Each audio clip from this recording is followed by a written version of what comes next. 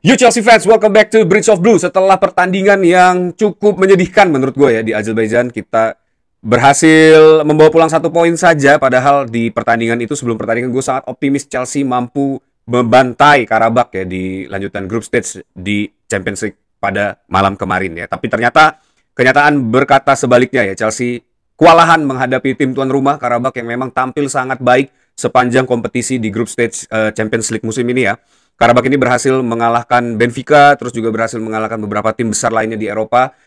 Tapi pertandingan ini yang sangat gue nggak expected itu adalah ditaruhnya Jorel Hato di posisi center back ya. Dan ini eksperimen yang menurut gue cukup menjadi blunder karena 2 gol yang bersarang ke gawangnya Robert Sanchez di pertandingan ini adalah pure kesalahan dari Jorel Hato ya. Bagaimana dia telat untuk mengantisipasi dan juga tidak bisa transform into the game ya di pertandingan itu, sehingga reading the game-nya sangat terlambat dan akibatnya mengakibatkan kerugian yang sangat fatal buat Chelsea ya. 1 gol itu adalah penalti yang disebabkan oleh tackle telatnya dari Jorel Hato ya, dan ini juga menjadi catatan penting buat Enzo Maresca untuk lebih mungkin bijaksana ya untuk melakukan eksperimen yang ingin dia terapkan di setiap pertandingan, terutama saat-saat pertandingan melawan tim yang mungkin secara statistik atau di atas kertas jauh di bawah Chelsea. Tapi dari Karabakh itu kita bisa, gue pribadi berharap semoga Enzo Maresca dan para tim itu bisa membuat satu evaluasi menyeluruh ya, bagaimana mereka mencoba untuk melakukan rotasi pemain atau meletakkan atau bereksperimen dengan posisi yang biasa diterapkan oleh para pemain ya. Dan semoga aja ini akan menjadi catatan penting karena 1 poin di Karabakh ini gue merasa pribadi ini sebagai kekalahan ya, karena dengan kesempatan ini harusnya kita bisa menciptakan banyak gol dan juga membawa pulang 3 poin, tapi ternyata yang terjadi dari babak pertama kita ditekan oleh Karabakh dan permainan low block intensity, high intensity-nya ini benar-benar menurut gue mengacaukan seluruh ritme permainan Chelsea. Ditambah Romeo Lavia yang seharusnya menjadi metronom di pertandingan malam itu juga gagal ya, ternyata langsung cedera di menit keempat, hamstring, dan ditarik keluar digantikan oleh Moises Caicedo, dan Andre Santos kurang bisa memaksimalkan perannya di pertandingan kali itu untuk menjadi metronom mengatur tempo permainan Chelsea, sehingga chaos banget di babak pertama dan akhirnya kita kewalahan dan 2 gol tercipta ya. Untungnya para pemain Chelsea masih punya mental untuk comeback dan akhirnya bisa menyamakan kedudukan lewat gol dari Alejandro Garnacho ya. Dan ini menjadi catatan penting game di Karabakh ini semoga tidak terjadi lagi, terutama di Premier League ya, dimana memang tim-tim yang akan kita lawan ini adalah tim-tim dengan kemampuan dan kekuatan yang mungkin 11-12 ya, tidak banyak perbedaan, tapi memang sangat sulit untuk menang di Premier League di musim ini terutama ya, karena tim-tim mediocre, tim-tim kecil, tim-tim papan tengah itu juga pelan-pelan mulai mengembangkan permainannya dengan identitas permainan mereka masing-masing dan kapasitas pemain mereka. Jadi ini akan menjadi satu challenge yang menurut gua harus bisa dikalahkan oleh Enzo Maresca di setiap pertandingan di Premier League ya. Nah, di video kali ini gua akan membahas tentang preview match antara Chelsea melawan Wolves ya di game week ke-11 berarti ya, yang akan dimainkan di Stamford Bridge hari Minggu pagi jam 3 malam ya. Jadi buat teman-teman yang mau begadang silakan, tapi gue sarankan buat kalian semua lebih baik tidur dulu, set alarm, mau 4 kali 5 kali alarm boleh, dan bangun lagi pukul mungkin 2.30 sebelum membuat kopi, dan akan lebih fresh lagi ya. Karena kalau begadang dari malam sampai subuh akhirnya kalian tidur pagi itu agak kurang fit ya di hari-hari weekend kalian, dan itu gue tidak menyarankan karena gue pribadi tidak seperti itu ya. Tapi mungkin buat para True Blue yang masih berumur 20-an silakan aja, tapi saran gue mungkin lebih baik dari muda jaga kesehatan kalian semua ya, dan semoga kalian semua sehat-sehat selalu ya sampai dengan pertandingan nanti. Nah, tapi sebelum gue mulai, buat kalian semua jangan lupa untuk subscribe channel ini ya, Bridge of Blue. Bantu gue untuk sampai ke 10.000 subscriber di akhir tahun, walaupun agak berat. Gue baru aja hit 5.000 subscriber, tapi gue ingin mengucapkan terima kasih buat kalian semua, buat support yang telah kalian berikan buat gue dan Bridge of Blue. Dan ini bukan pencapaian yang kecil ya, walaupun angkanya dibanding dengan para YouTuber lain dan para reviewer sepak bola lain ini jauh banget. Tapi gue yakin dengan kehadiran kalian dan support kalian, gue akan terus berkembang dan akan melahirkan beberapa konten baru ya, karena Bridge of Blue sendiri baru berjalan mungkin kurang dari 1 tahun. Jadi ini salah satu pencapaian yang cukup luar biasa menurut gue secara pribadi. Thank you so much buat para True Blue dan fans Chelsea lainnya yang terus mendukung gue, baik di channel YouTube ini maupun di Instagram. Dan kalian juga bisa follow gue di Instagram @nandasugiono, join channel gue karena mungkin akhir tahun gue akan memberikan giveaway buat kalian ya. Jadi jangan kemana-mana, langsung aja join channel gue, dan di situ kita biasa membahas mengenai Chelsea, baik itu setiap minggunya ataupun ada update-update terbaru berita mengenai Chelsea ya. Dan buat kalian yang mau membeli jersey klasik dengan kualitas modern seperti yang gue pakai ini, Ini jersey final 2007-2008 ya, dimana kita kalah melawan Man United. Nah, buat kalian semua yang pengen mendapatkan jersey Chelsea seperti ini, kalian bisa langsung aja ke jerseymegastore.id. Kalian bisa menggunakan kode JMS Strip 10 atau kalian bisa scan QR yang ada di video ini ya. Jadi langsung aja kalian akan landing ke websitenya, pakai JMS Strip 10 untuk mendapatkan diskon 10%. Jadi jangan disia-siakan, langsung aja cek jersey favorit kalian. Jersey klasik dengan kualitas modern cuma di Jersey Megastore ya. Jangan lupa buat support sponsor terbesar dari Bridge of Blue. Oke, kita mulai aja. Dan pertandingan ke-11 ini akan menjadi satu pertandingan yang memang cukup sulit buat Chelsea ya. Cukup sulit karena secara statistik kita hanya menang 4 kali sepanjang 10 pertandingan terakhir melawan Wolves.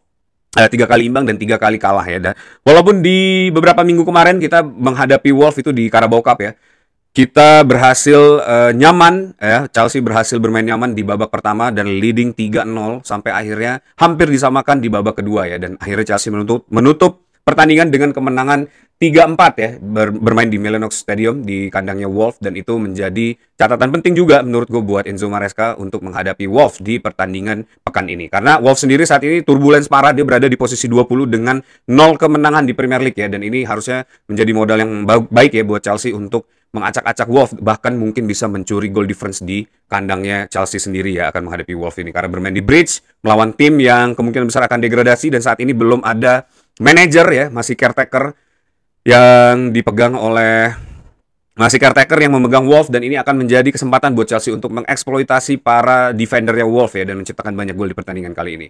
Tapi Wolves ini bukan tim yang juga tidak pernah menjadi ancaman buat Chelsea ya. Wolves pernah menang di Stamford Bridge itu di musim 23-24 under Pochettino. Masa kepemimpinannya Pochettino ini kita nggak pernah menang satu kali pun dari Wolves ya sepanjang musim tersebut. Di pertandingan itu Chelsea kalah 2-4 gol lewat Thiago Silva dan Palmer ya, dan Wolves itu berhasil menciptakan hat-trick dari Matheus Cunha di pertandingan itu dan 1 gol bunuh diri dari Axel Disasi. Dan ini juga menjadi catatan penting bahwa di 2 musim terakhir itu Wolves pernah menang melawan Chelsea di Stamford Bridge ya. Walaupun saat ini para pemainnya sudah berganti ya, para pemain bintang dari Wolves ini sudah bepergian ke tim-tim besar Premier League, tapi tetap aja ini rekor yang akan menjadi satu catatan penting buat para pemain Chelsea ya. Tapi under Maresca, Wolves ini tidak pernah menang ya. Kita pernah ngebantai Wolves di Millennium Stadium setelah postingan kontroversi dari Madueke, dan di pertandingan itu Madueke mencetakkan hat-trick ya, dan kita menang 2-6 di pertandingan pada saat itu ya.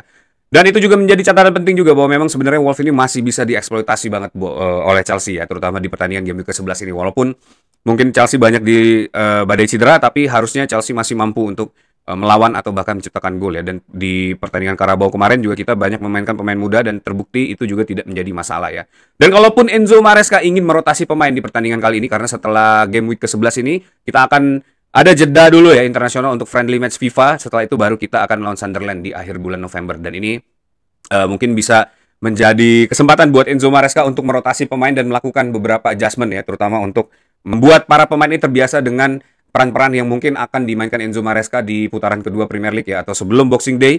Ini juga akan sangat penting. Jadi menurut gue periode November-Desember ini adalah periode krusial di Premier League, karena kebanyakan para pemain kemungkinan besar akan cedera di pertandingan ini, karena kita akan masuk di Desember itu dengan pertandingan yang sangat padat ya. Setelah Christmas, Boxing Day, Tahun Baru itu padat banget. Mungkin dalam 1 bulan tuh bisa sampai 7-8 pertandingan ya. Dan ini akan sangat penting buat di bulan November ini untuk mempersiapkan para pemain untuk bermain di bulan Desember ya. Nah, ngomongin soal eksperimennya Enzo Maresca ini, dan Chelsea kembali mencatatkan rekor di musim ini ya, di musim 2024-25 ini Chelsea menjadi tim terbanyak dengan pergantian starting 11 sampai dengan saat ini ya. Di sepanjang kompetisi Chelsea menjadi tim dengan 85 pergantian pemain di starting 11-nya sepanjang musim ini ya, dan ini mencatatkan rekor yang gua nggak tahu apa kita harus senang atau sedih ya, tapi kalau melihat dari tipikal eksperimen yang dilakukan oleh Enzo Maresca ini cukup mendekati dengan apa yang sebenarnya dilakukan oleh Graham Potter ya di masa kepemimpinannya. Tapi Graham Potter memang waktu itu tidak punya output yang baik, sehingga situasinya sangat berbeda dengan Enzo Maresca pada saat ini ya. Enzo Maresca melakukan eksperimen, tapi banyak juga eksperimennya yang berhasil, dan ini menurut gue, kalau gue pribadi menilainya ini cukup baik ya dibandingkan dengan Chelsea pada musim lalu, di mana musim lalu itu kita membagi menjadi tim A, tim B, sehingga pilihan pemain dan kombinasi starting 11-nya itu sangat terbatas, dan once ada pemain yang cedera itu kita benar-benar nggak bisa melakukan apapun yang atau mengambil pemain dari tim B ya. Tapi dengan situasi yang terjadi saat ini, dengan limitnya para pemain dan juga banyaknya pemain muda, ini Enzo Maresca berhasil memaksimalkan potensi yang ada dan multi position seperti Reece James, Acheampong ya, dan juga Pedro Neto itu menjadi satu kunci yang cukup baik dimainkan oleh Enzo Maresca di musim ini ya. 85 pergantian pemain ini menurut gue nggak masalah, as long as memang para pemain ini bisa berperan atau memaksimalkan peran penting di posisi masing-masing ya. Dan kita berada di posisi 1 untuk list pergantian pemain terbanyak starting 11 di atas Liverpool ya, yang hanya ada 65 pergantian sepanjang musim ini. Jadi memang kita masih limbung banget ya, belum menemukan balance-nya antara starting 11 siapa sebenarnya pemain yang pantas dimainkan setiap minggu di starting 11 ya, terutama di bagian backline 4 ini. Menurut gue jadi challenge tersendiri dan juga di posisi depan ya untuk striker dan para penyerang. Ini sama banget dengan yang terjadi di musim lalu dan ini ternyata kita belum punya progres yang cukup positif ya untuk diapresiasi sampai dengan matchday ke-11 ini ya, karena masih banyak pergantian pemain, masih banyak pemain yang up and down gitu, belum ada yang konsisten dan ini rasanya cukup sulit kita untuk mendapatkan juara Premier League di musim ini dan targetnya mungkin hanya masuk 4 besar ya. Oke. Kita mulai aja buat preview match antara Chelsea melawan Wolves di matchday ke-11 ini ya. Gua akan membacakan starting 11 menurut gua cukup cukup ideal untuk dimainkan di pertandingan melawan Wolves ini ya. Untuk posisi goalkeeper, tetap Robert Sanchez akan gue pasang di pertandingan kali ini ya, walaupun dia kebobolan 2 gol melawan Karabakh, tapi itu memang gol-gol yang sulit ya, dan kesalahan ada di defender ya. Robert Sanchez akan menjadi number one kita di goalkeeper di pertandingan kali ini. Untuk duo center back ini berkaca dari kejadian Karabakh kemarin, jadi center back ini menurut gue memang kalau bisa segera di lock ya posisinya, siapa yang menjadi first layer, siapa yang menjadi second layer dan menjadi third layer, karena dari Karabakh kemarin Jorel Hato itu cukup gue pertanyakan kenapa Jorel Hato itu dipasang di posisi center back ya, sedangkan kita masih punya George Acheampong di situ, punya Chalobah, punya Fofana gitu. Kenapa Jorel Hato yang ditaruh di posisi center back? Dan ini menurut gue juga sama, kalian juga pun mempertanyakan hal tersebut ya.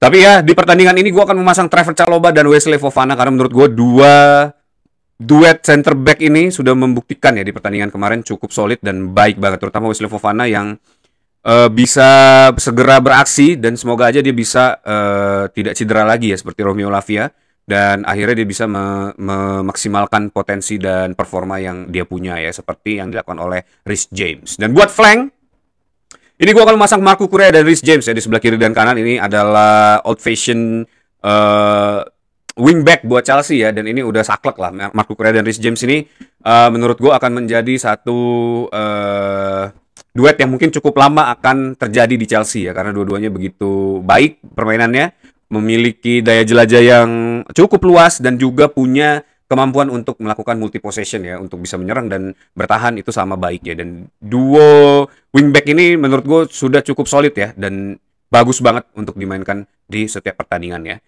Walaupun Reece James ada kemungkinan akan didorong ke lini tengah ya di posisi midfield, tapi menurut gue di pertandingan kali ini Reece James dikembalikan di posisinya karena ini cukup krusial ya. Wolves ini punya kecepatan, Wolves ini punya fisik, dan kita butuh Reece James untuk ada dan hadir di posisi defense ya, sehingga pada saat kita diserang para pemain Chelsea ini bisa sangat lebih tenang lagi untuk mengendalikan situasi ya. Di posisi midfield ini akan gue pasang Moises Caicedo di sebelah kiri. Karena ini pasti ya, karena kemarin mungkin dia memang sempat diistirahatkan tapi hanya 4 menit aja. Saat itu dia main full 90 menit. Cuma dengan fisiknya yang luar biasa dan spiritnya juga, gue yakin Moises Caicedo pasti dimainkan di pertandingan kali ini ya. Moises Caicedo akan ditemani oleh Andre Santos yang menurut gue harus dikasih kesempatan lagi di pertandingan kali ini dan melatih dia untuk menjadi metronom, karena posisi midfield ini adalah posisi yang cukup sulit ya. Dia di trap dan punya visibility yang menurut gue cukup terbatas karena memang crowded banget ya di posisi lini tengah itu, dan dia akan dijaga 360 oleh seluruh para pemain ya. Jadi memang harus punya pemain yang bisa cepat untuk melakukan screening, terus juga decision making dengan yang para pemain lain ya dengan sangat baik, dan ini kelihatannya harus dilatih Andre Santos ini ya, karena link up play itu juga salah satu pemain yang maksud gue yang punya peran ya untuk menjadikan seorang midfield itu menjadi midfield yang baik ya. Dan semoga aja Andre Santos ini bisa mencuri pengalaman dari pertandingan ini dan dia bisa mengembangkan permainan lebih baik lagi ya. Karena di Karabakh kemarin gue gak melihat, apalagi pada saat kita di high pressing itu, kelihatan Andre Santos ini bermain dengan sangat tergesa-gesa ya dan sangat panik. Jadi itu menjadi catatan penting juga untuk dia meningkatkan kualitasnya supaya bisa terus dimainkan ya. Di posisi nomor 10 ini karena Cole Palmer masih diisukan tidak akan dimainkan ya. Ini gue record sebelum ada press con dari Maresca So far informasi yang beredar adalah Cole Palmer itu belum dimainkan dan akan kembali pada saat game melawan Barcelona dan Arsenal ya. Jadi masih cukup lama. Dan di pertandingan kali ini gue akan pasang Enzo Fernandez di posisi nomor 10 ya. Karena ini permainannya juga cukup baik dan dia semoga aja bisa menciptakan GA di pertandingan kali ini. Buat duo wing ini gue sangat pengen Enzo Maresca melakukan eksperimen Estevao di sebelah kanan, Pedro Neto di sebelah kiri ya. Buat Pedro Neto sendiri ini akan menjadi gimmick yang cukup seru ya. Dia melawan mantan timnya sendiri, Wolf, yang membesarkan namanya ya. Dan semoga aja Pedro Neto juga bisa menciptakan GA. Dan Estevao William, seperti kita tahu, setiap dimainkan, ini anak selalu memberikan yang terbaik ya. Selalu punya skill, selalu punya movement. Dan dia hampir selalu menjadi man of the match ya. Punya impact yang sangat luar biasa di setiap pertandingan. Dan semoga aja di pertandingan kali ini dia bisa memainkan permainan terbaiknya ya, memberikan kontribusi yang luar biasa buat Chelsea di pertandingan kali ini ya. Semoga aja ya. Coba tulis di kolom komen menurut kalian apakah Estevao William wajib dimainkan di pertandingan kali ini ya.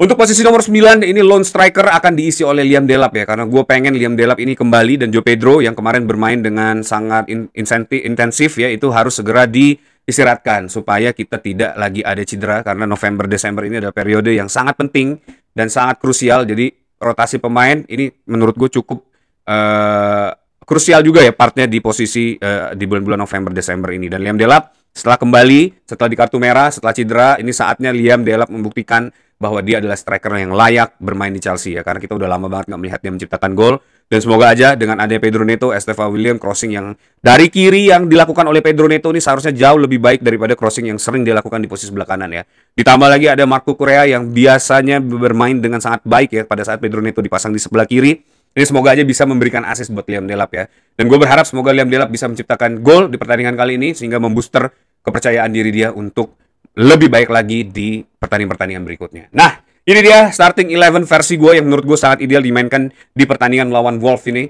Bagaimana menurut kalian? Coba tulis di kolom komen. Guys, komentar kalian kira-kira siapa yang harus dimainkan, siapa yang harus dirombak, posisi ini diisi oleh siapa. Gue akan sangat mengapresiasi kalian yang memberikan pendapat di kolom komen ya. Oke, that's it video for today. Thanks for watching guys. Jadi jangan lupa terus support Chelsea ya di hari Minggu pagi jam 3 subuh. Mungkin gue akan live, tapi gue gak tahu akan live dengan siapa. Kita lihat aja nanti ya. Tapi di Instagram pastinya. Jadi jangan lupa buat follow Instagram gue @nandasugiono. Dan juga kalian yang suka sama video ini jangan lupa buat likes ya, komen juga, dan jangan lupa buat subscribe. Bantu gue buat sampai ke 10.000 subscriber. Gue saat ini udah mencapai 5.000 subscriber. Dan sekali lagi thank you banget buat support kalian semua ya. Apapun yang terjadi, once a blue always be blue, up the Chelsea.